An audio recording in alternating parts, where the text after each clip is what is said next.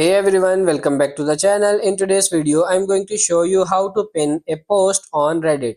It's really simple and easy. First of all, just open the reddit.com, and when you are here, you have to tap on your profile picture in the top right corner and then simply tap on this view profile. And then you have to switch to post here, and then I would like to pin this post down below.